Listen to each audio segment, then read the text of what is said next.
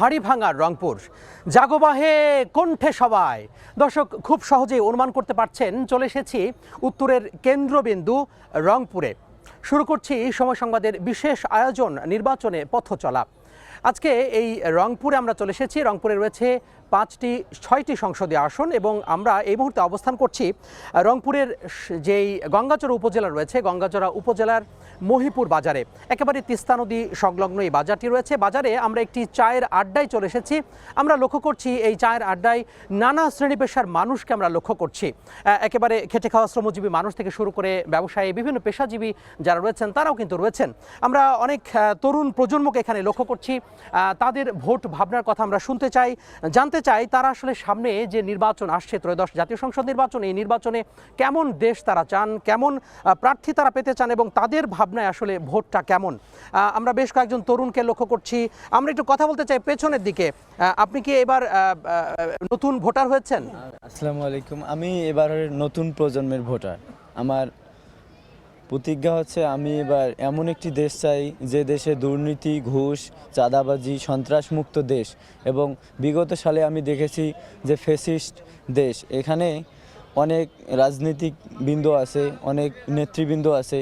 তাদের কাছে আমি আকুল আবেদন করব যে এবারের ভোট যেন সুষ্ঠু, সুন্দর এবং সুন্দর হয়। জি, অসংখ্য ধন্যবাদ। আরো একজনের সাথে কথা বলতে চাই, তরুণ প্রজন্মের প্রতিনিধি। আপনি ভোটার হয়েছেন এবার? আসসালামু আলাইকুম। কেমন বাংলাদেশ পেতে চান সামনে? আমি একটি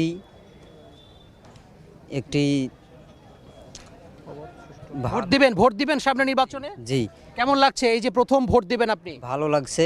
আমি সৎ এবং সৎ লোকের শাসন চাই, আল্লাহর আইন চাই। অসংখ্য ধন্যবাদ আপনাকে। আপনি তো তরুণ প্রজন্মের, কেমন বাংলাদেশ পেতে চান সামনে, কেমন বাংলাদেশ দেখতে চান সামনে নির্বাচন, ত্রয়োদশ জাতীয় সংসদ নির্বাচন? অ্যাকচুয়ালি আমাদের বাংলাদেশের প্রেক্ষাপটে, বর্তমান প্রেক্ষাপটে আমি আসলে বাংলাদেশকে চাই বৈষম্যহীন একটা, মানে ক্লিন বাংলাদেশ। আর সবচেয়ে বড় কথা হচ্ছে যে আমাদের প্রিয় ওসমান হাদি ভাই যেরকম বাংলাদেশ দেখতে চেয়েছিলেন, সেই রকম বাংলাদেশ আমি দেখতে চাই এবং আমি এই বাংলাদেশ গড়ার মানে অংশ হিসেবে আমি এই নির্বাচনে আসলে অংশগ্রহণ করতে চাই। জি, অসংখ্য ধন্যবাদ। তরুণ প্রজন্মরা বলছেন যে বাংলাদেশ গড়ার যে আয়োজন, এই যে সামনে ত্রয়োদশ জাতীয় সংসদ নির্বাচন, সেই নির্বাচনে তারা এই ধরনের প্রার্থীকে পেতে চান এবং সেই ধরনের বাংলাদেশ কিন্তু তারা গড়তে চান। আমরা কথা বলবো এই যে রংপুরের একেবারে কেন্দ্রবিন্দু স্থল রংপুর, উত্তরের কেন্দ্রবিন্দু স্থল রংপুরে কিন্তু এখন পর্যন্ত যে কাঙ্ক্ষিত শিল্পায়ন সেটি কিন্তু সম্ভব হয়ে ওঠেনি। আমরা কয়েকজনের সাথে কথা বলতে চাই, জানার চেষ্টা করব কেন আসলে এই শিল্পায়ন গড়ে ওঠেনি, কেন মানুষের এত পিছিয়ে পড়া, কেন জনগোষ্ঠী রয়েছে রংপুরের জনগণ। আপনি কি করছেন এবং আপনার নামটি বলবেন? বসে বলুন প্লিজ। আমি স্বপন চৌধুরী, সভাপতি সিটি প্রেস ক্লাব রংপুর। তো আপনি শুরুতেই যে কথাটি দিয়ে শুরু করেছেন, রঙ্গরসে ভরপুর হাড়িভাঙ্গার রংপুর। এটি ঠিক। রংপুর প্রাচীন একটা জেলা শহর এবং অবাধ সম্ভাবনা রয়েছে, কিন্তু ইতিপূর্বে সেটি হয় নাই। আমরা যুগের পর যুগ যেটি দেখে আসছি যে পিছিয়ে পড়া রংপুর, আমরা এই শব্দটা শুনি। এটি আর কতকাল শুনতে হবে সেটি আসলে এখনও অনিশ্চিত। তো মূল বিষয়টা হচ্ছে শিল্প কারখানা গড়ে না ওঠার কারণে রংপুরের মানুষ কর্মহীন। এই কর্ম না থাকার কারণে যে শব্দটি প্রচলিত হয় এই অঞ্চলে, উত্তরবঙ্গ তথা রংপুরে মঙ্গার এলাকা রংপুর, অর্থাৎ তিস্তার ভাঙ্গন এলাকা রংপুর, এখানে অগাধ সম্ভাবনা। যেমন হাড়িভাঙ্গার কথা বলেছেন, এখানে হাড়িভাঙ্গা প্রক্রিয়াজাতকরণের কোনো ওয়ে নাই। এখানে যদি হাড়িভাঙ্গা প্রক্রিয়াজাত জিআই পণ্য হিসেবে ঘোষণার পরও এই উদ্যোগটা আজ পর্যন্ত কেউ নেয়নি। রংপুর হচ্ছে দ্বিতীয় বৃহত্তম আলু উৎপাদনের এলাকা, কিন্তু আলু প্রক্রিয়াজাতকরণের কোনো সুযোগ এখানে এখন পর্যন্ত তৈরি হয়নি। এছাড়া হচ্ছে যে শিল্পায়ন যে রংপুরে হবে এর উদ্যোগটা কেউ নেয়নি। পাশাপাশি কেনই বা নেবে, সেটি হচ্ছে যে গ্যাস সরবরাহ এই রংপুর অঞ্চলে নেই। তো এখানে যদি উদ্যোক্তারা আছেন ঠিকই, কিন্তু গ্যাস না থাকলে তো উদ্যোক্তারা শিল্পায়ন গড়ে তুলবে না। যদি এই যে এতদিন ধরে গ্যাস সংযোগ আপনারা পেলেন না, যিনি গত দিনে এই জনপদের জনপ্রতিনিধি ছিলেন, সংসদ সদস্য ছিলেন, আপনাদের প্রতিনিধিত্ব করেছেন, তাদের কি কোনো ধরনের কোনো দায় আছে কিনা এই বিষয়ে? তারা কেন করেননি, নিয়ে আসতে পারেননি কেন এতদিনে? নিশ্চয়ই দায় তো অবশ্যই বর্তাবে। তো বিষয়টা হচ্ছে যে যারাই নেতৃত্বে আসেন, বিগত সময়ে যারা এসছেন, তারা নিজের স্বার্থ দেখেছেন। রংপুর অঞ্চলের মানুষের কথা কখনো ভাবেননি। এখানে আর একটা সম্ভাবনা রয়েছে, সেটি হচ্ছে যে তিস্তা মহাপরিকল্পনা যদি গড়ে তোলা হয়, তাহলে হচ্ছে যে বৃহত্তর রংপুরের 5 জেলা নিয়ে আবার 2 কোটি মানুষের একটা কর্মসংস্থান হবে এবং নদী ভাঙন রোধ হবে। মঙ্গা বিরত এলাকার মঙ্গা থাকবে না। জি, অসংখ্য ধন্যবাদ। আরও কয়েকজনের সাথে কথা বলতে চাই। এই যে তরুণ প্রজন্মের হাত ধরে আমরা নতুন বাংলাদেশ পেলাম, সামনে যে এই যে শিল্পায়ন গড়ে ওঠেনি, নানা ধরনের প্রতিবন্ধকতা আছে, এবং তিনি বললেন যে তারা নিজেদের স্বার্থ ভেবেছে যারা এতদিন দায়িত্বে ছিলেন এখানে। আপনারা আসলে কি মনে করছেন, সামনে কেমন বাংলাদেশ পেতে চান? জি, ধন্যবাদ। আসলে আমরা আসলে সঠিক নেতৃত্বটাই পাইনি উত্তরাঞ্চলে। আপনারা জেনে থাকবেন 5 আগস্টের পরবর্তী সময়ে ডক্টর ইউনূস স্যারও আমাদের সঙ্গে কথা দিয়ে কথা রাখেননি। তিনি এসে বলে গেছেন যে আমাদের রংপুরকে উনি হচ্ছে 1 নম্বর জেলা হিসেবে দেখতে চান, কিন্তু তার সিটে ফোটাও আমরা রংপুর অঞ্চলে দেখতে পাইনি। এর পরবর্তীতে রংপুর অঞ্চলে উত্তরাঞ্চলে বিভিন্ন উন্নয়ন প্রকল্প এসেছে, কিন্তু বিভাগীয় শহর হিসেবে রংপুরে আপনারা জেনে থাকবেন কোনো উন্নয়নই শুরু হয়নি। এবং আপনারা রংপুরে 1 আসনের কথা যদি বলেন, আমাদের তিস্তা মহাপরিকল্পনা, এর বাইরে হচ্ছে আমাদের মানব সম্পদ বৃদ্ধি করা, এরপরে হচ্ছে কারিগরি শিক্ষার উন্নয়ন, একটা ভালো চিকিৎসা, মানে এই 2.5 লক্ষ মানুষ যেখানে আছে, ভালো একটা চিকিৎসার জন্য ভালো হসপিটাল, অ্যাম্বুলেন্স সার্ভিস, শহরাঞ্চলের মানুষের জন্য কোনো ধরনের সুযোগ সুবিধা, অ্যাম্বুলেন্স সার্ভিস নেই।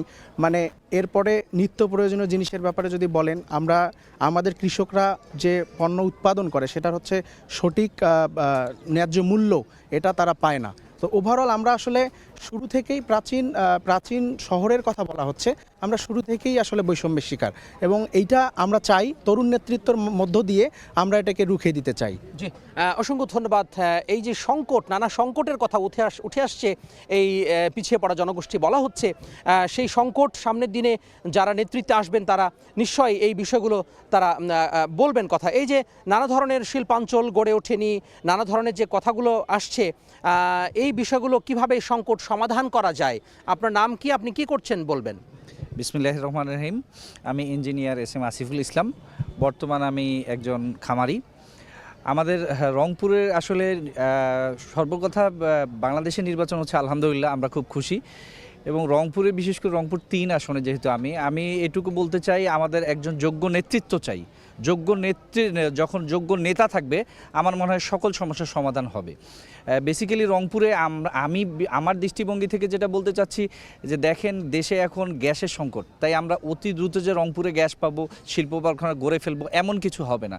তবে হ্যাঁ, আমাদের রংপুরে কৃষিভিত্তিক যে একটা শিল্প, এইটা তৈরি করা সম্ভব। দেখেন, বিশ্বে এখন সবাই কিন্তু কৃষির উপরেই জোর দিচ্ছে। যেমন আমাদের পোলট্রি, ডেইরি অ্যান্ড ফিশারিজের অপার একটা সম্ভাবনা আছে রংপুরে। এইটাকে যদি আমরা ইউটিলাইজ করতে পারি, যেমন আমাদের এই যে আমরা যেখানে বসে আছি, এর সামনেই দেখবেন হাজার হাজার একর চাষযোগ্য জমি পড়ে আছে। এখানে যদি ভুট্টা আবাদ করা হয়, সাইলেজ তৈরি করা হয় এবং বাথান সিস্টেমে খামার তৈরি করা হয়, আমার মনে হয় রংপুর থেকে গোটা বাংলাদেশে দুধ এবং মাংস রপ্তানি করা যেতে পারে। বিগত দিনে যারা ছিলেন তারা তো অনেক বড় উন্নয়ন প্রকল্প তাদের পরিকল্পনার মধ্যে ছিল, তাহলে কি এই পরিকল্পনার ছোঁয়া আপনারা কেন পেলেন না? রংপুর বরাবর অবহেলিত, এবং রংপুরে আসলে কিছুই দেওয়া হয়নি, এবং রংপুরে চাওয়ার মতো যেই লোকগুলো ছিল তারা চায়নি। এমনও দেখা গেছে যে আমরা যেই এমপি পেয়েছি সেই এমপিকে কোনোদিন চোখেই দেখিনি। তাই এবারে আমাদের আশা, যেই আমাদের এমপি হবে, আমাদের বাড়ির ছেলে হবে, আমাদের সমস্যাগুলো দেখবে। আমাদের রংপুর মেডিকেল কলেজের একটা মেডিকেল আছে, মেডিকেল নিয়ে সমস্যা আছে, যানজট নিয়ে সমস্যা আছে, বেকারত্ব নিয়ে সমস্যা আছে। এই সমস্যার সমাধানগুলো করবে যে আমাদের বাড়ির লোক, যোগ্য লোক, যাকে আমরা গেলেই তার কাছে পাবো, এরকম একজন লোককে চাই। এমন লোককে চাই না যে আসবে, এসে কয়েকদিনের জন্য দেখা করে আবার উড়াল দিয়ে ঢাকা যাবে। এই ধরনের লোক কিন্তু আমরা এবার চাচ্ছি না। জি, অসংখ্য ধন্যবাদ। এই জনপদের মানুষ যারা এখানে রয়েছেন, এই যে চায়ের আড্ডায় নানা ধরনের সংকটের কথা উঠে আসলো। তারা বলছেন যে এই যে শিল্পায়ন কেন হয়নি এবং আরও কী কী সমস্যার কথা রয়েছে। আমরা আমাদের যিনি আমাদের কাজ করেন রংপুর এই জনপদ নিয়ে সংবাদ সংগ্রহ করে থাকেন, আমাদের সহকর্মী নিশাত ইসলাম, তার কাছে যেতে চাই। নিশাত, আপনি তো এই রংপুরের জনপদ নিয়ে মানুষের কাজ করেন এবং এই জনপদ নিয়ে আপনি একটি প্রতিবেদন তৈরি করেছেন। এই প্রতিবেদনে আপনি কি কি বিষয় সন্নিবেশিত করেছেন? মূলত এই প্রতিবেদনে রংপুরের যে সংকট এবং সম্ভাবনা, সেই জায়গাগুলো তুলে ধরেছি। 1 নম্বর হল শিল্পায়ন, কর্মসংস্থান, এখানে হলো তিস্তা একটি বড় ইস্যু। তিস্তা ভাঙন প্লাবনে প্রতি বছর লাখো মানুষ ক্ষতির মুখে পড়ছে। এখানে স্বাস্থ্য খাতে একটা বড় সমস্যা। এখানে রংপুর বিভাগের প্রায় 2 কোটি মানুষের জন্য একটি মাত্র বড় সরকারি হাসপাতাল, সেটাই প্রতিবেদনে তুলে ধরা হয়েছে। মূলত শিক্ষা, স্বাস্থ্য, নদী ভাঙ্গন, কৃষি, শিল্পায়ন সবগুলোই এই প্রতিবেদনে গুরুত্ব পেয়েছে। জি, অসংখ্য ধন্যবাদ নিশাত, অর্থাৎ আমাদের সহকর্মী রংপুর ব্যুরো প্রধান নিশাত ইসলামের তৈরি করা একটি প্রতিবেদন রয়েছে এই জনপদ দিয়ে। সেই প্রতিবেদনটি আমরা এখন দেখে নেব। উর্বর মাটি, সবুজের রাজ্য, কৃষি সমৃদ্ধির এক উজ্জ্বল নাম রংপুর। আলুর রাজধানী বলা হয় যাকে, সেই রংপুর আজও অপেক্ষায় দাঁড়িয়ে আছে এক নতুন সম্ভাবনার গল্প লেখার। 28 লাখ ভোটারের এই জেলার 70% মানুষের প্রধান পেশা এখনও কৃষি। দেশের অর্থকরী ফসলের এক বিশাল অংশ আসে রংপুর থেকে। আলুর পাশাপাশি ভুট্টা ও সবজি এই অঞ্চলের অর্থনীতিকে সচল রাখছে। কিন্তু কৃষির এই প্রাচুর্য পুরো শক্তি নিয়ে দাঁড়াতে পারেনি, কারণ দীর্ঘ সময়েও গড়ে ওঠেনি কৃষিভিত্তিক কোনো শিল্প। ফলে নিশ্চিত হয়নি পণ্যের ন্যায্য মূল্য, সৃষ্টি হয়নি কর্মসংস্থানেরও। লস খাইতে খাইতে আমরা কৃষকেরা আমার কিছুই নাই। রংপুরে কোন কলকারখানা নাই, আমাদের আলু যেভাবে দাম চাচ্ছে ওইভাবে দেওয়া লাগতেছে বাধ্যমূলক। আমাদের বাচ্চা কোচ্চা এলাকার গরিব লোক যারা আছে তারা হয়তো এই কারখানায় কিছু জব করতো, কারখানায় কাম কাজ করতো, তাহলে তাদেরও দিনটা সুন্দরভাবে যাইতো। গ্যাস সংযোগ পাইপলাইন প্রস্তুত, কিন্তু গ্যাস সরবরাহ শুরু হয়নি আজও। ফলে বিনিয়োগের সুযোগ থেকেও দূরে সরে গেছে রংপুর। উন্নয়নে পিছিয়ে থাকা জেলার তালিকায় নাম লিখে যেতে হয়েছে বারবার। তিস্তার ভাঙন আর বারবার প্লাবন রংপুরের মানুষের জীবনে এনে দিয়েছে অনিশ্চয়তা। তবে খরা মৌসুমে সেই তিস্তার চরে ফলছে হাজার কোটি টাকার ফসল। দাবি ওঠে আন্দোলনের নামে তিস্তা পারের মানুষ তিস্তা মহাপরিকল্পনা বাস্তবায়নের। এই তিস্তাকে কেন্দ্র করে কৃষিভিত্তিক কলকারখানা হবে, এই আশাই আমাদের প্রজন্ম দেখেছে।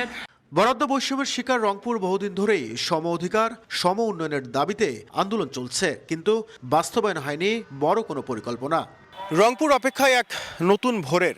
শুধু প্রয়োজন উন্নয়নের সদিচ্ছা আর যথাযথ পরিকল্পনা। এখানকার উর্বর মাটি, পরিশ্রমী মানুষ আর অগাধ সম্ভাবনা, এই তিনে মিলে রংপুর বদলে দেবে তার নিজস্ব গল্প। উত্তরের অক্সফোর্ড খ্যাত কারমাইকেল কলেজ, দীর্ঘ আন্দোলনের ফসল বেগম রোকেয়া বিশ্ববিদ্যালয় আর রংপুর মেডিকেল কলেজ জেলার উচ্চ শিক্ষার বাতিঘর। শ্রমবাজার থেকে শুরু করে এই অঞ্চলের কাঁচামাল, এই অঞ্চলের কৃষি, এগুলোকে যদি আমরা ব্যবহার করে আমরা যদি শিল্প কারখানা গড়ে তুলতে পারি, আমরা যদি বিনিয়োগ নিশ্চিত করতে পারি, তাহলে কর্মসংস্থান নিশ্চিত করা সম্ভব। অন্যদিকে ছড়িয়ে ছিটিয়ে থাকা অসংখ্য রাজবাড়ি, ইতিহাস সমৃদ্ধ স্থাপনার বেগম রোকেয়ার জন্মভিটা পর্যটনে উন্মোচন করতে পারে এক নতুন সম্ভাবনার দ্বার। নাজমুল ইসলাম নিশাত, সময় সংবাদ, রংপুর। সহকর্মী নিশাত ইসলামের তৈরি করা যে প্রতিবেদন, সেই প্রতিবেদনটি আমরা দেখছিলাম এবং এখানকার জনপদের নানা ধরনের সংকট, সম্ভাবনা এবং তাদের যে ভোট ভাবনার কথা উঠে আসছে। আপনারা দেখছেন সময় সংবাদের বিশেষ আয়োজন নির্বাচনের পথ চলা, এবং এই নির্বাচনের পথ চলায় আমরা এই জনপদের মানুষের ভোট ভাবনা কি সেই বিষয়ে কথা বলতে চাই, জানার চেষ্টা করব।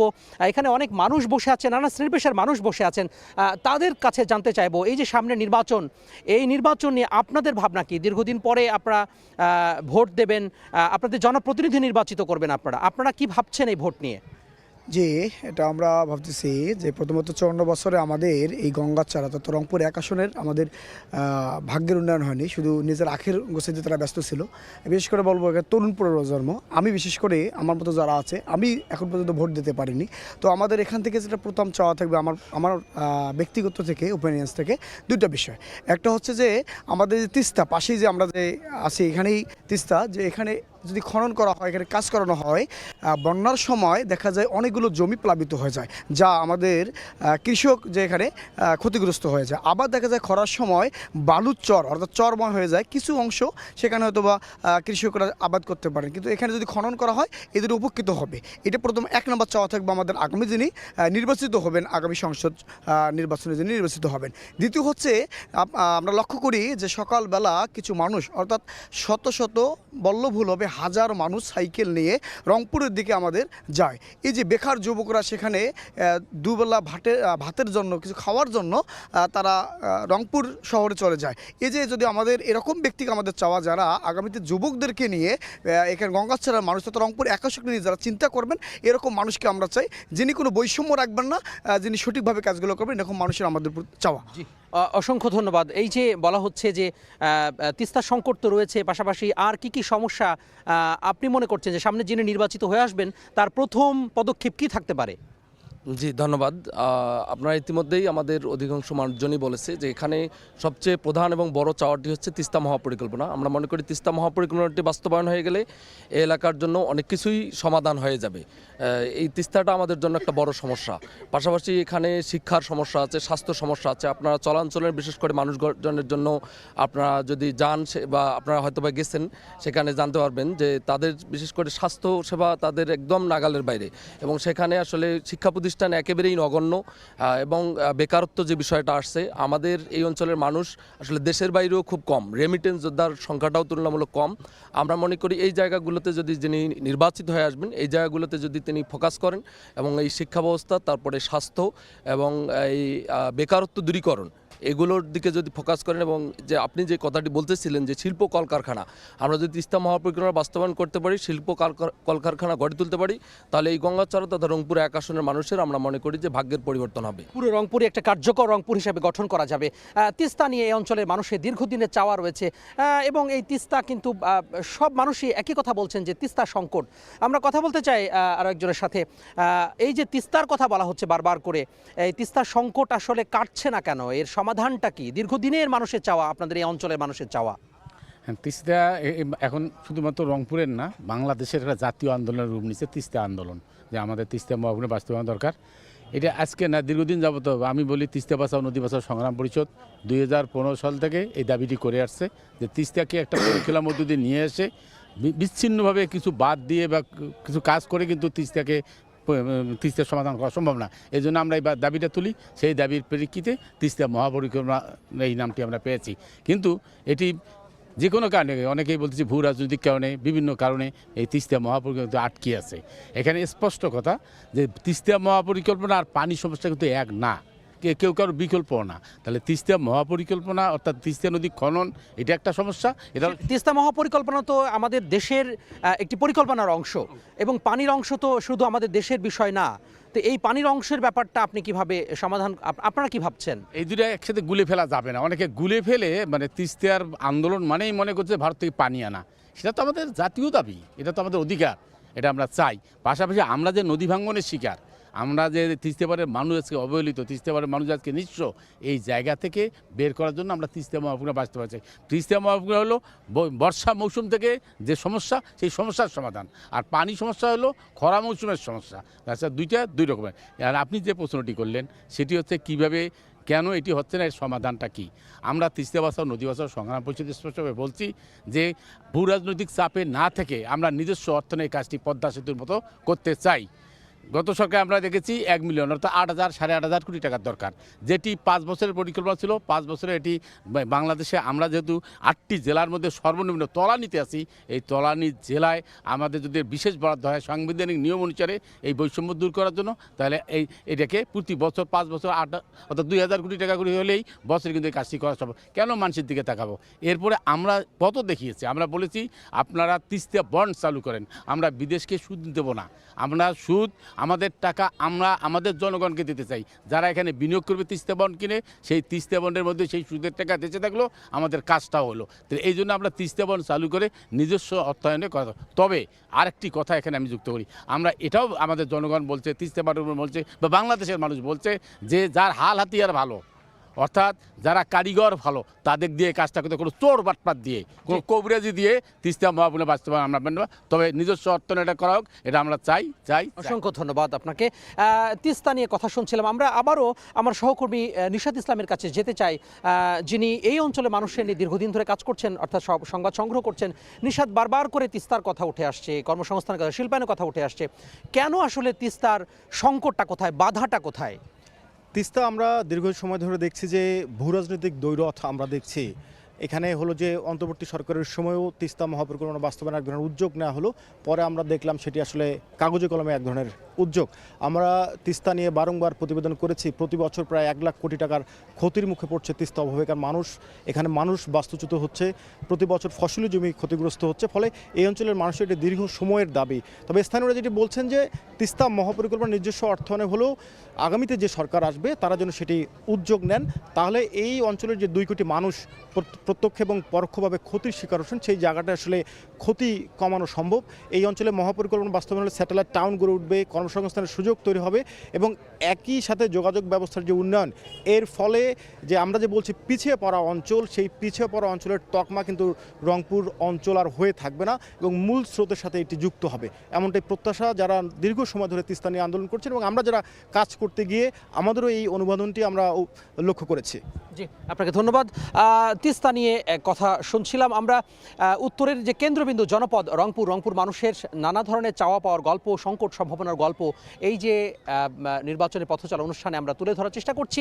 আমরা এই মুহূর্তে চলে যাব চুয়াডাঙ্গায়, অর্থাৎ চুয়াডাঙ্গায় আমাদের সহকর্মী মাহফুজ মামুনের করা একটি রিপোর্ট রয়েছে, অর্থাৎ সামনের যে ভোট ভাবনা, এই ভোট ভাবনা নিয়ে নবীন এবং প্রবীণ যে ভোটাররা রয়েছেন তাদের আসলে ভাবনাকে এই সংক্রান্ত একটি প্রতিবেদন রয়েছে, সেই প্রতিবেদনটি এখন আমরা দেখে নেব।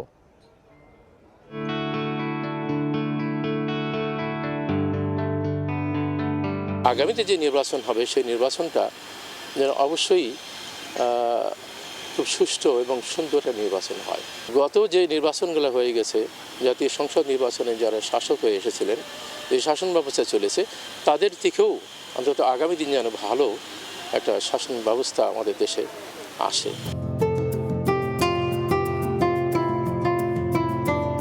সিনিয়র সিটিজেন হিসেবে আমি মনে করি যে আমাদের যে ভোটের একটা ঐতিহ্য আছে, সবাই মিলে উৎসবমুখর পরিবেশে ভোট দেওয়া, আমাদের যে পারস্পরিক সহাবস্থান আছে, রাজনৈতিক মতাদর্শ আমাদের যাই হোক না কেন, আমাদের একটা সামাজিক ঐক্য আছে, আমাদের একটা পারিবারিক বন্ধন আছে, আমাদের প্রত্যেকের মধ্যে একটা সুশৃঙ্খলতার, বাঙালির যে একটা সুশৃঙ্খলতার যে চিন্তা চেতনা সেটা সর্বদাই বিরাজ করে। আমাদের ভোটের তর্কযুদ্ধ আছে, কিন্তু সেটা আমাদের মতান্তর হবে, কিন্তু মনান্তর হবে না।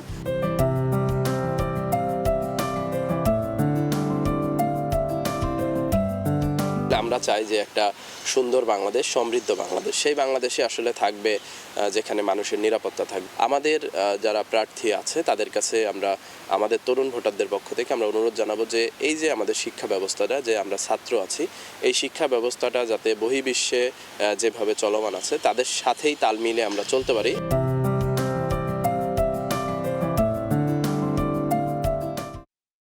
ছিলাম এবং সামনে যে তাদের ভোট ভাবনা, সেই ভোট ভাবনার কথা শুনছিলাম। আমরাও ফিরতে চাই রংপুর মানুষের কথা শুনছিলাম, তাদের বঞ্চনার গল্প, দুঃখ দুর্দশার গল্প শুনছিলাম।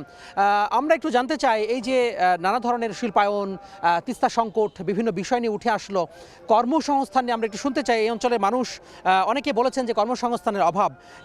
আপনি কি আমাকে বলবেন যে এই যে কর্মসংস্থান বলা হচ্ছে, অভিযোগ আছে যে হাজার হাজার মানুষ রংপুর শহরে চলে যায়, তাদের কর্মসংস্থান অভাব রয়েছে, কাঙ্ক্ষিত যে কর্মের ব্যবস্থা সেটি আসলে তারা করা যাচ্ছে না, কেন করা যাচ্ছে না এবং এর সমাধানটা কি?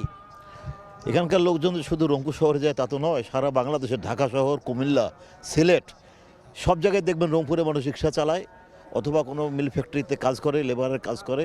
এটা হলো রংপুরের নিত্যনৈমিত্তিক ঘটনা। আমাদের এটা রংপুর অঞ্চলের নদী ভাঙার কারণেই আসলে মূলতে যারা কৃষক শ্রেণী তারা ডেলেবারে পরিণত হয়ে গেছেন। এবং যদি তিস্তা নদীর মূল সমস্যার সমাধান করা যায় আর তিস্তা মহাপরিকল্পনা যদি বাস্তবায়ন করা যায়, এখানে যদি মেগা সিটি গড়ে ওঠে, যদি শিল্প কারখানা গড়ে ওঠে এটাকে কেন্দ্র করে, তাহলে এটা অধিকাংশই কমে যাবে। 50% এটা কমে যাবে বেকার সমস্যা। এখানে অনেক কিছু মানুষ আশা করে, এটা স্বপ্ন দেখে যে যদি এটা মহাপরিকল্পনা বাস্তবায়নের জন্য, কিন্তু এটা হয় না কেন? দেশপ্রেমিক সরকার দেশে আসতেছে না। জনগণের যে আসলে সমস্যা, এটা গোড়ায় তারা উপলব্ধি করতে পারে না, যে জন্য এই সমস্যার সমাধান তারা করেও না। আর যদি আমাদের দেশে কোনো দেশপ্রেমিক সরকার আসেন, আমি মনে করি যে তিস্তা নদীর পানির ন্যায্য হিস্যা আমরা আদায় করতে পারবো ভারতের কাছ থেকে। আর এইখানে যদি আমরা কোনো দেশপ্রেমিক জনদরদি কোনো মানুষের জনবান্ধব যদি কোনো এমপি নির্বাচিত করতে পারি, যারা জনগণের সমস্যাটাকে আসলে উপলব্ধি করতে পারে, জনগণের দুঃখ কষ্ট সমস্যা চাহিদা কি এটা উপলব্ধি করতে পারে, এরকম যদি একজন এমপি থাকে, যদি সে ঢাকায় বসবাস না করে স্থানীয়ভাবে এখানে স্থায়ীভাবে বসবাস করে যে এমপি সাহেব, এবং যাকে দালালের মাধ্যমে না গিয়ে যদি সরাসরি আমরা যোগাযোগ করতে পারি, এরকম এমপি যদি নির্বাচিত করতে পারি, আমার মনে হয় যে এখানে শিল্প কারখানা গড়ে ওঠা অসম্ভব কিছু নয়। এখানে অনেক সম্ভাবনা আছে। একজন ভাই বলে গেছেন যেখানে পোলট্রি হওয়ার সম্ভাবনা আছে, এখানে আপনার ডেইরি হওয়ার সম্ভাবনা আছে, ফিশারিজ সম্ভাবনা কম, কেননা এটা বন্যা প্রবণ এলাকা, বন্যায় ভেসে যায় মাছ। এই দুইটা অনেক সম্ভাবনা আছে। আমরা যদি এই কারখানাগুলো এইগুলো যদি এই দিকে যদি আমরা ধাবিত হই, যদি সরকার দৃষ্টি দেন, তাহলে ইনশাল্লাহ এখানে আমরা বেকার সমস্যা দূর করতে পারবো। মূলত আমরা এই অঞ্চলে আমাদের কোনো জনবান্ধব কোনো এমপি পর্যন্ত 91 সালের পর থেকে স্থানীয় কোনো এমপি এখানে পাই নাই, যে কারণে আমাদের জনগণের কোনো সমস্যারই মৌলিক সমস্যার সমাধান কোনো হয় নাই। জি, অসংখ্য ধন্যবাদ। বলা হচ্ছে জনবান্ধব এবং যাকে খুব সহজে পাওয়া যায়, তৃতীয় বা চতুর্থ ব্যক্তির মাধ্যমে তার সাথে যোগাযোগ করতে হবে না, এমন বারবার করে বলা হচ্ছে। এই যে মানুষ জনপ্রতিনিধিদের কাছে না যেতে পারা, এখন তো সামনে নির্বাচনে আপনাদের জনপ্রতিনিধিরা নানা সময় আসছেন, গলায় জড়িয়ে ধরছেন। 5 বছর কি তারা আসলে গলায় জড়িয়ে ধরেন? না, 5 বছর তারা ধরে না, যখন নির্বাচিত হওয়ার পর চলে যায় আর আসে না। যেহেতু তারা বাইরের থেকে আসে, এখানে এসে নির্বাচন করে, আমরা এলাকার জনপ্রতিনিধি পাই না, যার কারণে তারা নির্বাচনের পর চলে যায় আর আসে না, আমাদের খোঁজ খবর নেয় না। আমরা নদী কবলিত এলাকার মানুষ, দেখা যায় যে বর্ষা মৌসুমে আমরা নদীর জলে ভেসে যাচ্ছি, খরা মৌসুমে আমরা পানি পাচ্ছি না। কিন্তু আমাদের কোনো প্রতিনিধি এমপি যারা বাইরের থেকে আসে এখানে, তারা এখানে আসে কোনো আমাদের খোঁজ খবর নেয় না। তাই আমরা আশা করি আগামী দিনে আমাদের এলাকায় যাতে স্থানীয় প্রতিনিধি নির্বাচিত হয়, সেই আশা ব্যক্ত করছি। জি, অসংখ্য ধন্যবাদ। আরও একজনের সাথে কথা বলতে চাই এই বিষয়টা নিয়ে, যে আসলে জনপ্রতিনিধিকে কাছে পাওয়া যায় না। এই যে বলা হচ্ছে যে যারা এই জনপদের মানুষকে ভালোবাসবেন, যাদেরকে সহজেই পাওয়া যাবে, সুখে দুঃখে পাওয়া যাবে, এমন জনপ্রতিনিধি আপনারা আসলে পাবেন কিনা সামনে, কি আশা রাখছেন?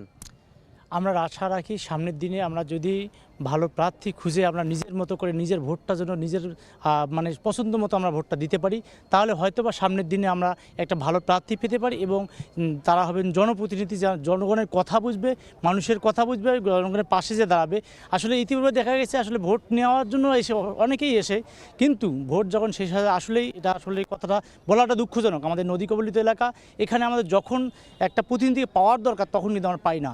তারপরে যখন দেখা গেল এখানে তিস্তা ভাঙন যে হচ্ছে, ঘর বিলীন হয়ে যায়, যখন নদীতে বিলীন হয়ে যায়, তারপরে কিন্তু 24 ঘন্টা অতিবাহিত হওয়ার পরেও কিন্তু এখানে প্রতিনিধি পাওয়া যায় না। তাই আমরা এখানে একজন ভালো ক্যান্ডিডেট চাই। এবার আমরা ভালো একজন ক্যান্ডিডেটকে নির্বাচিত করতে চাই যেন তারা আমাদের জনগণের পাশে থেকে কাজ করে। জি, কথা বলছিলেন, অর্থাৎ জনপ্রতিনিধি যাতে এই অঞ্চলে মানুষের সংকট নিয়ে কথা বলেন।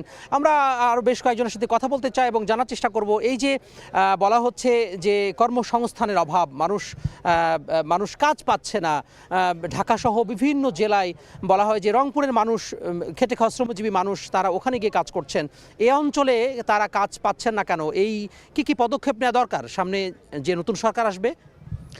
বিসমিল্লাহির রহমানির রহিম। সবাইকে সালাম, আসসালামু আলাইকুম।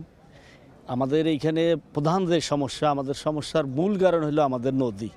এই তিস্তা নদী আপনারা জানেন অত্যন্ত খরস্রোতা নদী।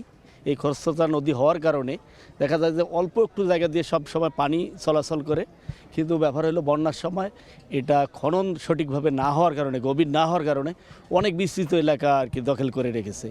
এটাই এটার প্রধান সমস্যা। এই সমস্যা তিস্তা সংকট কেটে গেলে কর্মসংস্থানের ব্যবস্থা হবে আপনি বলছেন? তিস্তা মহাপরিকল্পনা বাস্তবায়ন হলে অবশ্যই এই এলাকার উন্নয়ন ঘটবে এবং মানুষের যে জমিগুলো পরিত্যক্ত হয়ে আছে, যে আমাদের জমি 1 কিলোমিটার প্রয়োজন নাই নদীর, কিন্তু নদী দখল করে আছে প্রায় 10 কিলোমিটার জায়গা, কিছু কিছু জায়গায় 7 কিলো 8 কিলো জায়গা।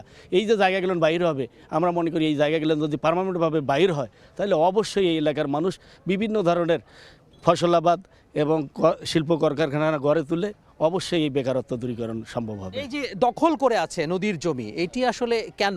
যারা বিভিন্ন সংস্থা আছে, সরকারি সংস্থাগুলো আছে, এগুলো তারা কি চোখে পড়ছে না, বা তাদের তদারকির অভাব কিনা, আপনি কি মনে করছেন? আচ্ছা, ধন্যবাদ। প্রথমত বিষয় হলো যে জবাবদিহিমূলক বাংলাদেশে কোনো সরকার নাই, দীর্ঘদিন থেকে নাই। এখানে যদি নির্বাচিত সরকার থাকতো, যদি জনগণের প্রত্যক্ষ ভোটে নির্বাচিত সরকার থাকতো, তাহলে সে জনগণের দুঃখ দুর্দশা এগুলো বিষয়ে বুঝতো এবং সেগুলো নিয়ে কাজ করত। বাংলাদেশের মানুষ দীর্ঘদিন ভোট দিতে পারে নাই, দীর্ঘদিন পরে, আজকে প্রায় 1.5 যুগ পরে বাংলাদেশের মানুষ ভোট দেওয়ার সুযোগ পাচ্ছে। This is the biggest fact for this country. এরপরে মূলত বিষয় হলো আমরা রংপুর অঞ্চলের মানুষ, এই রংপুর অঞ্চলের মানুষ আমরা বরাবরই বৈষম্যের শিকার। আপনাদের চ্যানেলের মাধ্যমে আমরা জানাতে চাই, শুধুমাত্র আমাদের এই রংপুর একের বিষয় নয়, আপনারা দেখেন আমাদের বিগত জুলাই আন্দোলনে আমাদের ভাই আবু সাইদ শহীদ হয়েছেন, কিন্তু অথচ রংপুর সিটি কর্পোরেশনে বাজেট দেওয়া হয় 0 বাজেট, এখানে কোনো বাজেট আসে না আমাদের। তো কাজেই আমরা বরাবরই রংপুর বৈষম্যের শিকার এবং আমরা বলছি তিস্তা মহাপরিকল্পনা, তিস্তা মহাপরিকল্পনার জন্য আমরা আন্দোলন করেছি, এখানে আমরা মশাল প্রজ্বলন কর্মসূচি করেছি, আমরা এখানে 2 দিনব্যাপী অবস্থান কর্মসূচি করেছি। আজ অবধি আমরা কোনো বাস্তবে এটাকে রূপান্তরের কোনো যে হবে বাস্তব চিত্র এটা আমরা দেখতে পারিনি। আমরা বলতে চাই যে কোনো বৈদেশিক কোনো ফান্ডিংয়ে নয়, আমরা আমাদের দেশীয় ফান্ডিংয়ে আমরা তিস্তা মহাপরিকল্পনা শুরু করতে চাই। আমরা দেখিয়ে দিতে চাই যে জাতি হিসেবে আমরা কতটুকু স্ট্রং। আমরা বলতে চাই, আপনি বারংবার একটি প্রশ্ন করেছেন যে মূল বাধাটা কোথায়। আমি একজন তরুণ হিসেবে এবং একজন রাজনৈতিক কর্মী হিসেবে আমি যেই বাধাটা সামনে দেখি সেই বাধাটা হচ্ছে একটা বড় প্রাচীর। এই প্রাচীরটা হচ্ছে আমাদের ভাই, দেখেন কিছুদিন আগে শহীদ হয়েছে আমাদের ভাই হাদি ভারতীয় আগ্রাসনের বিপক্ষে কথা বলতে গিয়ে শহীদ হয়েছে। আসলে আমাদের পার্শ্ববর্তী রাষ্ট্র তারাই চায় না যে আমরা এখানে তিস্তা দিয়ে আমরা এখানে স্বয়ংসম্পূর্ণ হই। আমরা যদি এখানে আমাদের আবাদে স্বয়ংসম্পূর্ণ হই, আমরা যদি আমাদের শিক্ষায় স্বয়ংসম্পূর্ণ হই, আমরা যদি আমাদের চিকিৎসা খাতে স্বয়ংসম্পূর্ণ হই, তাহলে আমরা আর ভারতের উপর মুখোমুখি চেষ্টা করব এগুলোতে স্বয়ংসম্পূর্ণ হওয়ার জন্য। আমরা কথা বলতে চাই, তিস্তা সংকট নিয়ে কথা হচ্ছিল, আমরা স্বাস্থ্য খাত নিয়ে একটু আলোকপাত করতে চাই। আমরা কয়েকজন সাধারণ মানুষের সাথে একটু দেখা করতে চাই। এই যে স্বাস্থ্য খাত, অর্থাৎ আপনারা হাসপাতালে গেলে ঠিকমতো চিকিৎসা সেবা পান কিনা?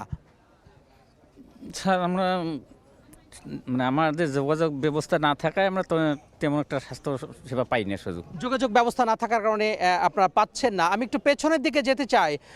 আপনারা কি স্বাস্থ্য যে সরকারি মেডিকেল হাসপাতাল আছে এগুলোতে যেতে পারেন? স্বাস্থ্য কাঙ্ক্ষিত সেবা যে সেবা সেটি পান আপনারা? জি, ইনশাল্লাহ ওটা পাই, কিন্তু কম বেশি পাই, কিন্তু আগের মতো তো আর আপনার নাই। এখন একটু ঝামেলার মধ্যে চলছে, সরকার নাই। মানে স্থানীয় সরকার যখন বসবে, নির্বাচিত সরকার বসলে ইনশাল্লাহ ওটা ঠিক হবে। জি, অসংখ্য ধন্যবাদ।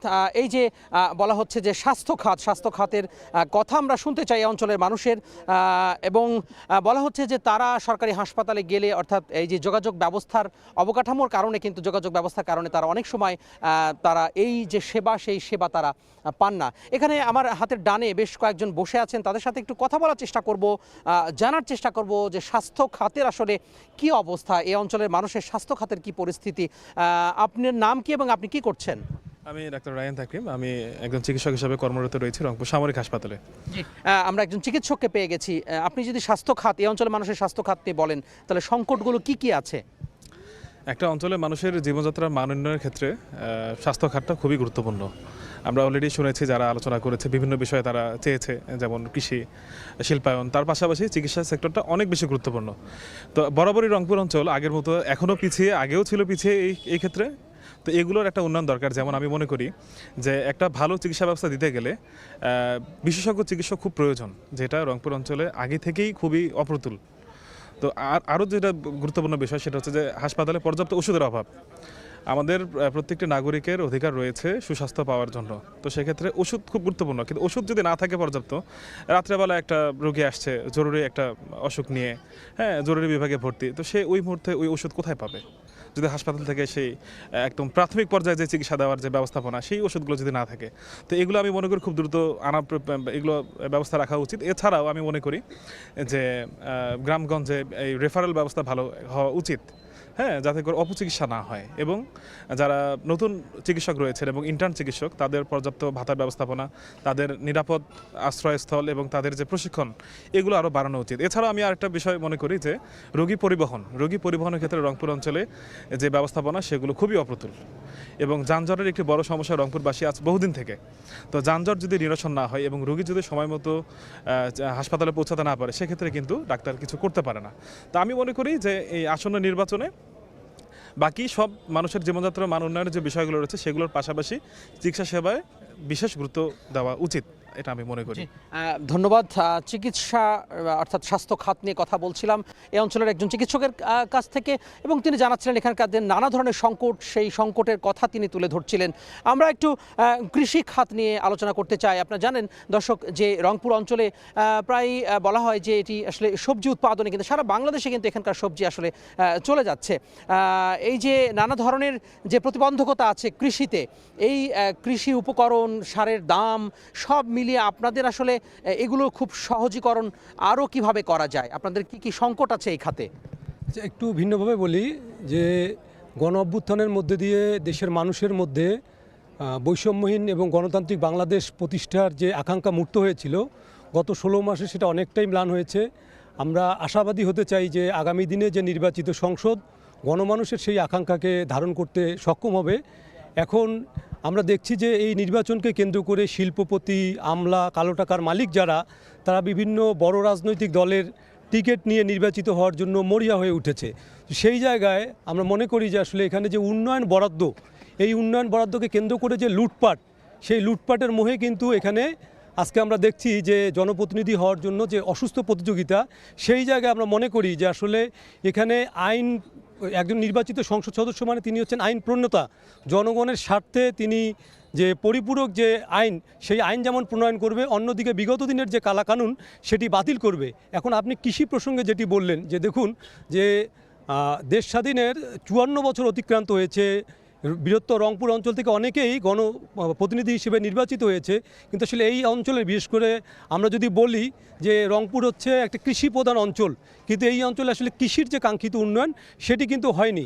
আপনি দেখবেন যে প্রতি বছর বিশেষ করে হাড়িভাঙা আম, আলু এবং যে সবজি, 7 থেকে 8 লক্ষ টন সবজি, সেটা কিন্তু সংরক্ষণের অভাবেই পচে নষ্ট হয়ে যাচ্ছে। টাকার অঙ্কে প্রায় 2,500 কোটি টাকা কিন্তু আমাদের দেশ লোকসানের শিকার হচ্ছে। এবং আলুর রাজধানী বলা হয়ে থাকে রংপুরকে, আলুর রাজধানী।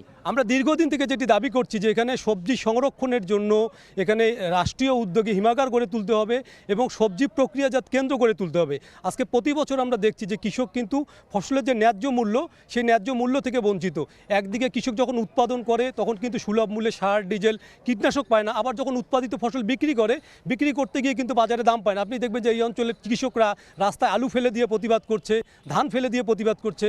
আমরা প্রত্যাশা করি যে নির্বাচিত যে জনপ্রতিনিধি যারা হবে, কৃষকদের কৃষি ফসলের যে ন্যায্য মূল্য সেটি নিশ্চিত করবার ব্যাপারে প্রয়োজনীয় ভূমিকা নেবে।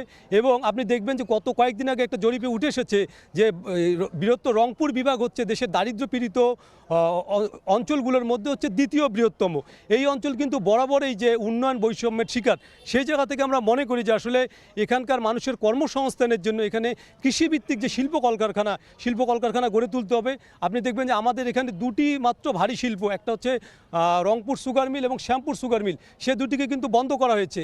আমরা মনে করি যে আগামী দিনের যে সংসদ সদস্য যারা নির্বাচিত হবে, এই অঞ্চলের মানুষের কর্মসংস্থানের জন্য এখানে ভারী শিল্প কলকারখানা প্রতিষ্ঠার উদ্যোগী হবে।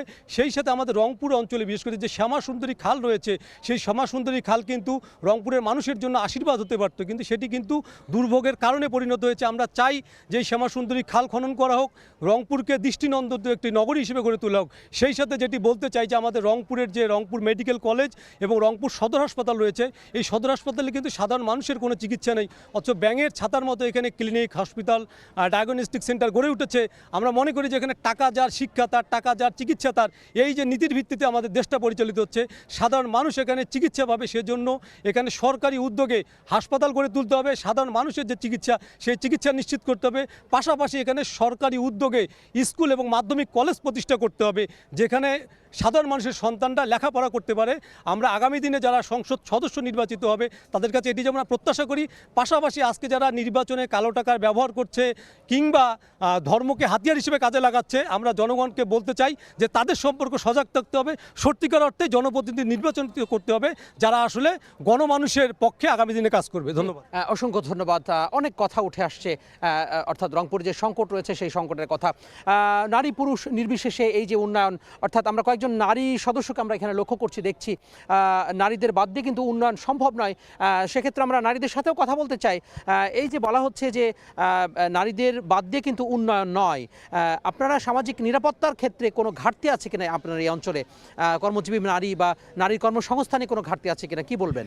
জি, আমরা সবাই জানি যে একটি সমাজ বা দেশকে এগিয়ে নিয়ে যেতে নারী পুরুষের সমান ভূমিকা থাকে, কিন্তু আমরা সর্বক্ষেত্রেই দেখতে পাই যে নারীরা সর্বক্ষেত্রে অবদান রাখা সত্ত্বেও কিন্তু নারীরা সব দিক থেকে অবহেলিত, নির্যাতিত।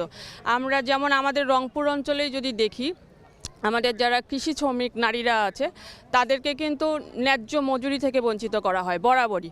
তারা সমান শ্রম দিলেও তাদেরকে অর্ধেক বা তার চেয়ে হয়তো পুরুষের তুলনায় অনেকটা কম দেয়া হয়। এর সমাধানটা কি? হ্যাঁ, এর সমাধান হচ্ছে আমরা কর্তৃপক্ষের কাছে আমাদের আবেদন থাকবে যে তারা যেন নারী পুরুষকে সমান মজুরি প্রদান করেন এবং এটি নিয়ে বৈঠক করে এটি নিয়ে যেন এই কাজটি যেন সফল হয় সেটি যেন তারা করেন, এটা আমাদের চাওয়া।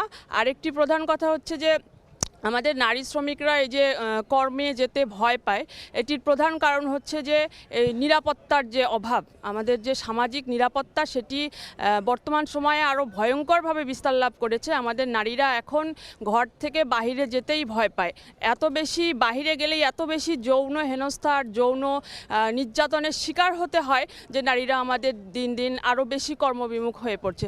এই জায়গা আমরা আরও একজনের সাথে একটু কথা বলতে চাই। নিশ্চয়ই আপনার অভিজ্ঞতা কি এই যে কর্মবিমুখ হচ্ছে, বাইরে গেলে যে নানা ধরনের নির্যাতন নিগ্রহের শিকার হতে হচ্ছে, আপনার অভিজ্ঞতা কি?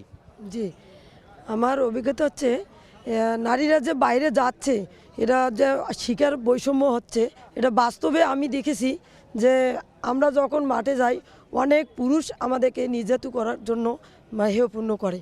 তা আমরা চাই যে যাতে জন্য আমরা সামাজিক দৃষ্টিতে আমরা এগিয়ে যাইতে চাই, এটা আকুল আবেদন থাকবে আমাদের তাদের।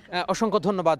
এই যে বলা হচ্ছে যে নানা ধরনের পিছিয়ে পড়া জনগোষ্ঠীর ক্ষেত্রে যে পদক্ষেপগুলো নেওয়া দরকার ছিল সরকার সেগুলো নেয়নি এখন পর্যন্ত, যারা জনপ্রতিনিধি ছিলেন। আপনার অভিজ্ঞতা কি? আপনি বসে বলুন। আমরা যেহেতু পিছিয়ে পড়া জনগোষ্ঠী, আমাদের হচ্ছে সুবিধা দরকার।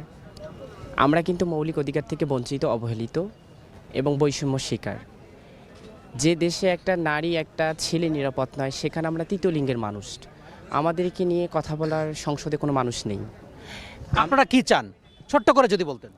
আমার চাওয়া হচ্ছে এটাই যে আমাদের প্রতিনিধি একজন সংসদে খুবই দরকার, খুবই গুরুত্বপূর্ণ, যিনি আমাদের হয়ে কথা বলবে, আমরা মৌলিক অধিকারগুলো পাবো, আমরাও ছেলেমেয়ের মতো সাধারণ মানুষের মতো বসবাস করব, আমরাও জনগণের সেবায় নিয়োজিত থাকব, জনগণের মাঝে নিজের জীবনটা উৎসর্গ করতে পারবো। তো আমরা আমাদের রংপুরে যে আমরা তৃতীয় লিঙ্গের যে জনগোষ্ঠী আমরা আছি, ইতি অবধি কিন্তু হচ্ছে আমাদের সভাপতির মাধ্যমে আমাদের সভাপতি আমাদেরকে 30 জনকে উন্মুক্ত বিশ্ববিদ্যালয়ে ভর্তি করে দিয়েছে। সেটা কিন্তু দায়িত্ব ছিল একটা পরিবারের, বাবা মার, সেটা কিন্তু সমাজের দায়িত্ব ছিল, একটা রাষ্ট্রের দায়িত্ব ছিল, সেটা কিন্তু আমাদের তৃতীয় লিঙ্গের মানুষই কিন্তু সেটা করেছেন। এছাড়াও আমাদের সভাপতি আনোয়ার ইসলাম রানী আপা, উনি আমাদেরকে কর্মমুখী করেছেন। এছাড়াও হচ্ছে উনি রংপুর সদর হসপিটালে আমরা যখন চিকিৎসা নিতে যাইতাম, আমাদেরকে এক লাইন রাখতো, ছেলেদেরকে এক লাইন রাখতো, আমাদের মাঝে বৈষম্য থাকতো।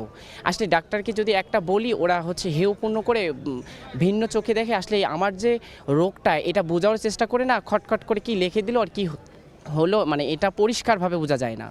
তারপরে হচ্ছে ওই আমাদের সভাপতির মাধ্যমেই রংপুরে আমাদের টিমের মাধ্যমে আমরা মানব সেবার কাজ করি। যারা নোংরার মধ্যে পড়ে থাকে, মাছির মধ্যে, তাদেরকে আপনারা উদ্ধার করে নিয়ে আসেন, তাদেরকে পরিচ্ছন্নতা করে এবং সুস্থ সুচিকিৎসার মাধ্যমে আমাদের সভাপতির মাধ্যমে আমরা করি। তো সেখানে অনেক আর্থিক প্রয়োজন, অনেক টাকা পয়সার প্রয়োজন। আমরা মানুষের কাছে 10-5 টাকা চেয়ে খাই, সেটার উপর আমাদের ঘর ভাড়া, সেটার উপর আমাদের জীবন, সেটার উপর আমাদের পরিবার, সেটার দেওয়ার পরে যতটুকু থাকে অতটুকু আমরা কাজে লাগাতে চাই। আপনাদেরকে যাতে কর্মমুখী করে তোলা যায় সেই পদক্ষেপ আপনি দেওয়ার দাবি তুলছেন, তাই তো? আমার একটাই দাবি যে আমাদের তৃতীয় লিঙ্গের মানুষ যদি হচ্ছে সংসদে থাকে, বাংলাদেশের প্রত্যেকটা হিজড়া, আমরা যারা তৃতীয় লিঙ্গের মানুষ বৈষম্য শিকার এবং আমরা অবহেলিত আছি, আমি মনে করি যে আমরা কর্মমুখী হব, ভিত্তাভিত্তি থেকে বেরিয়ে আসতে পারবো, এটা আমি বিশ্বাস করি। জি, অসংখ্য ধন্যবাদ। বলা হচ্ছে যে কেউ কিন্তু আসলে উন্নয়নের বাইরে থাকবেন না, নিশ্চয়ই রাষ্ট্র তাদের বিষয়ে খেয়াল করবেন। আমরা আমার সহকর্মী নিশাত ইসলামের কাছে আরও একবার যেতে চাই। এই যে নিশাত, খুব ছোট্ট করে বলবেন যে নারী নিরাপত্তার ক্ষেত্রে নানা ধরনের অভিযোগ উঠে আসছে, বাইরে গেলে নিগ্রহের শিকার হতে হচ্ছে, যারা কর্মজীবী মানুষ, কর্মজীবী নারী, তারা আসলে বিমুখ হচ্ছেন কর্মক্ষেত্রে। এই বিষয়টি থানা পুলিশ বা প্রশাসন কেন ব্যবস্থা নিচ্ছে না?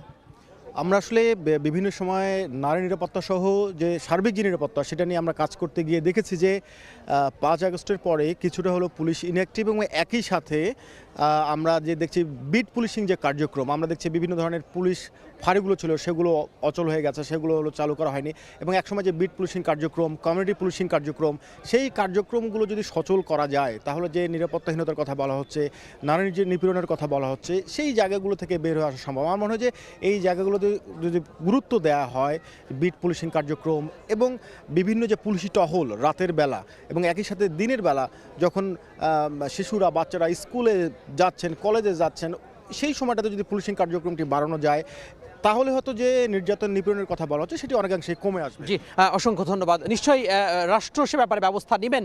আমরা রংপুরের নানা ধরনের সমস্যার কথা উঠে আসলো এই নির্বাচনী পথ চলা অনুষ্ঠানে। আমরা কথা বলতে চাই যে বন্যা পরিস্থিতি কিন্তু একটি বড় সমস্যা রংপুর মানুষের জন্য। সেক্ষেত্রে এই যে বন্যা সমস্যা রয়েছে সেই বিষয়টি নিয়ে আপনি আসলে কীভাবে, এই সংকট কীভাবে সমাধান করা সম্ভব? ধন্যবাদ সময় টিভিকে। আমরা বিগত দিনে যেটা দেখেছি,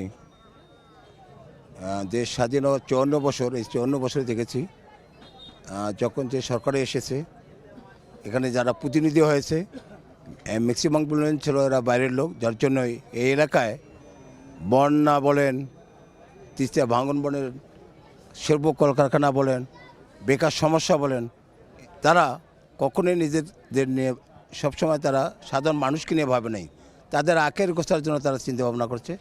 আর এই বন্যা তো আমরা যেটি আপনি বারবার বলছেন এটা শোচনা কথা দেখি, কেন এই তিস্তার, আমরা খুব সংক্ষেপে শুনতে চাই সমাধানটা কি বন্যা সমস্যার? সমাধান পাশে ভারত রাষ্ট্র রয়েছে যারা কখনোই চায় না এদেশে। আমরা আমরা আমরা আমাদের এদেশীয় যে প্রশাসন কি কি পদক্ষেপ নিতে পারে বন্যা পরিস্থিতি সংকটের সমাধানের জন্য? বন্যার সমাধান একমাত্র সমাধান হলো যদি ভারতকে আমাদের রাষ্ট্রীয়ভাবে ভারতের সঙ্গে যদি তারা, অর্থাৎ কূটনৈতিক তৎপরতার কথা আপনি বলছেন। আমরা এই যে রেল যোগাযোগের কথা বলা হচ্ছে, অর্থাৎ পণ্য পরিবহনে, কৃষি যে বিপুল পরিমাণ সম্ভাবনা আছে, সংক্ষেপে বলবেন যে এখন পর্যন্ত কিন্তু আপনাদের রেল যে যোগাযোগ অর্থাৎ কৃষি পণ্য পরিবহনে সেটি হয়নি, এটি আসলে আপনাদের দাবিটা কি ছোট্ট করে বলবেন?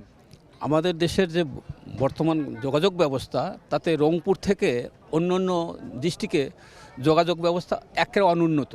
তাই আমরা চাই তিস্তা মহাপরিকল্পনা বাস্তবায়ন করে অতি দ্রুত বাংলাদেশের এই উত্তরাঞ্চলের জেলা রংপুর থেকে অন্য অন্য জেলার সাথে যে রেল যোগাযোগ ব্যবস্থাটা উন্নত করা এবং যাতায়াত ব্যবস্থা খুব উন্নত করা এবং এই মর্মে কাজ করা। জি, অসংখ্য ধন্যবাদ। অর্থাৎ এই জনপদের নানা বিষয় নিয়ে কথা উঠে আসছে শিল্পায়ন, অর্থনৈতিক অঞ্চল, তিস্তা মহাপরিকল্পনা এবং পাশাপাশি যে যোগাযোগ ব্যবস্থা সহ শিক্ষা, স্বাস্থ্য, কৃষি বিভিন্ন বিষয় নিয়ে কিন্তু উঠে আসছে। সব মিলিয়ে বলবো যে নানা বিষয় নিয়ে উঠে আসলো।